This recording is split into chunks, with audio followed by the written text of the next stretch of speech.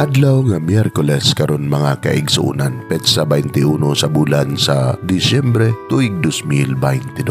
Ang pagbasa kinutlo gikan sa Ebanghelyo sumala ni San Lucas kapitulo 1 bersikulo 39 ngadto sa 45. Unya nangandam si Maria ug midali pag-adto sa usa ka lungsod sa kabukiran sa Judea. Miadto siya sa balay ni Zacarias ug nagigimamat kang Elizabeth. Sa pagkabati ni Elizabeth sa pangumusta ni Maria, pilihok ang bata sulod sa iyang tiyan. Unya napuno sa Espiritu Santo si Elizabeth ug misulti sa kusog nga tingog, "Bulahan ka sa tanang mga babaye, bulahan ang bata nga imong ipanganak. Pagkadako sa akong kalipay nga ang inahan sa akong Ginoo, miduaw kanako og pagkadungog ko gayud sa imong pangumusta. Milukso sa kalipay ang bata nga akong gisabak.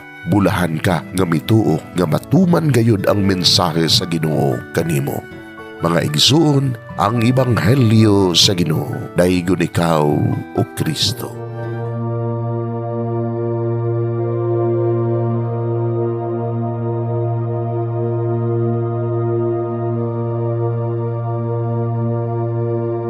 Pagampo sa dili pa magsugod sa trabaho. Magampo kita. Sa ngalan samahan, sa Anak ug sa Espiritu Santo. Amen. Langit no namong Amahan, sa among pagsulod nining trabahoan, among gidala ang imong presensya uban kanamo. Among gipamulong ang imong kalinaw, imong grasya, imong kaluoy, ug ang imong perpektong hanay sa among mga trabaho.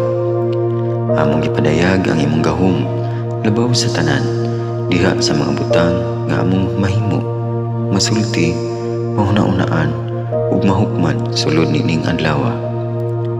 Ginoo, nagapasalamat kami sa gasa sa kinabuhi niining bagong adlaw, niining kahigayunan nga kami nakasulod sa trabaho ug mamahimong parte niining nga grupo. Salamat sa mga gasa nga imong gitugyan kanamo. Hamong gamiton kini diha sa pagimaya kanimo. Hatagi kami sa kusog ug kadasig sa pagbuhat sa among mga trabaho.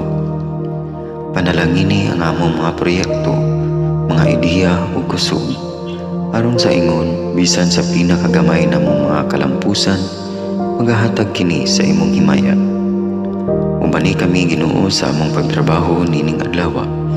Puna kini nga lugar sa inspirasyon ug kusog. Tabangi kami nga magtrabaho isip usa ka grupo nga mapakita sa usag-usa ang kamaayo.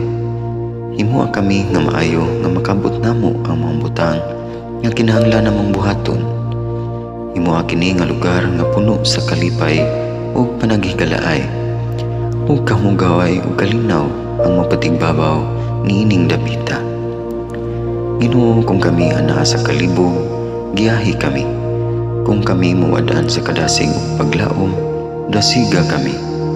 Himua nga ang trabaho nga among gihimo ug ang paagi sa among paghimo niini makahatag unta kini ug hugot nga pagtuo, kalipay ug pahiyom sa tanan nga among mahimamat karong adlaw. Panalangini ang among mga pamilya, among Pinoy-anan, among nasod. Himua nga magmatidud-anon kami sa pagtagad ug pag-amuma sa kalikupan ug sa tanang may kinabuhi, diha sa pagbuhat kanamo sa pagkabuot sa imong pangandoy alang sa hustisya ug kagawasan. Ug Ginoo, sa among pagbiya nining lugar, tagay kami sa imong panalangin ug kaluoy sa among pagbiyahe. Panalangini ang among mga pamilya ug Pinoy-anan nga anaon ta sa maayong kahimtang sama sa among pagbiya kanila. Ginoo, salamat sa tanang butang nga imong nabuhat, sa tanang butang nga imong gibuhat, ug sa tanang butang nga imong buhaton pa. Sa ngalan ni Jesus, among giampo diha sa tumang pagigugma ug pagpasalamat. Amen. Sa ngalan samahan, sa Anak ug sa Espiritu Santo. Amen.